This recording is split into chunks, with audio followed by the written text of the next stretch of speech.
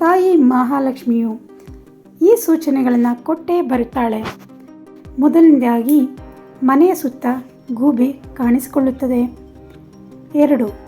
ನಿಮ್ಮ ಮನೆಯಲ್ಲಿ ಪಾರಿವಾಳವಲ್ಲದೆ ಬೇರೆ ಯಾವುದೇ ಪಕ್ಷಿ ಗೂಡು ಕಟ್ಟಿ ಮೊಟ್ಟೆ ಇಟ್ಟಿರುತ್ತದೆ.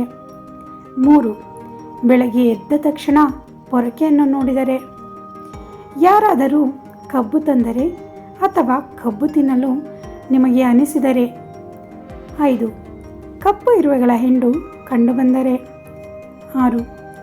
ಶಂಖದ ಧ್ವನಿ ಕೇಳಿಸಿದರೆ ಲಕ್ಷ್ಮೀ ದೇವಿಯ ಆಗಮನ ಆಗುತ್ತೆ ಎಂದರ್ಥ. 7. ಹಸಿರು ಬಣ್ಣದ ವಸ್ತುಗಳು ನಮ್ಮ ಸುತ್ತಮುತ್ತ ಕಾಣಿಸಿಕೊಂಡರೆ. 8.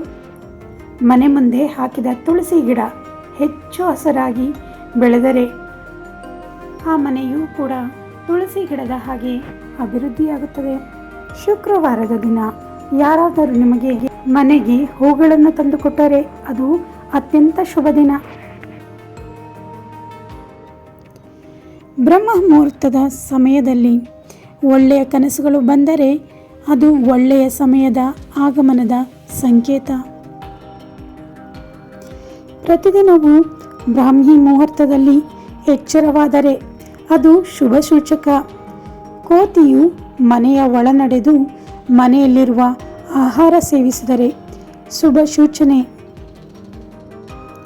ಪೊರಕೆ, ಗೂಬೆ, ಹಲ್ಲಿ, ನಕ್ಷತ್ರ, ಹೂವು, ಹೊಸ್ತಿಲು, ಹಾಲು, ಹಸು ಇವುಗಳು ಕನಸಿನಲ್ಲಿ ಕಾಣಿಸಿಕೊಂಡರೆ ಸದ್ಯದಲ್ಲೇ ಧನ ಪ್ರಾಪ್ತಿಯಾಗುತ್ತದೆ.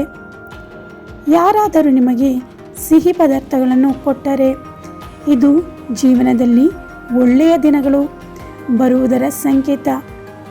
ಗೋಮಾತೆಯು ಪದೇ ಪದೇ ಮನೆಯ ಮುಂದೆ ಕಾಣಿಸಿಕೊಂಡರೆ ಶುಭ ಸಂಕೇತ. ಅದಕ್ಕೆ ಫಲ ಆಹಾರಗಳನ್ನು ನೀಡಿ ಸಂತೃಪ್ತಿಗೊಳಿಸಿ. ಮನೆಯಲ್ಲಿ ಸಡನ್ನಾಗಿ ಹಲ್ಲಿಗಳು ಕಾಣಿಸಿಕೊಂಡರೆ ಶುಭ. ಅದರಲ್ಲೂ ಮನೆಯ ಒಂದೇ ಸ್ಥಳದಲ್ಲಿ 3 ಹಲ್ಲಿಗಳು ಕಾಣಿಸಿಕೊಂಡರೆ ಶುಭ ಸಂಖ್ಯೆ, ಹಣದ ಆಗಮನ ಆಗತ್ತೆ ಎನ್ನುವುದರ ಸೂಚನೆ.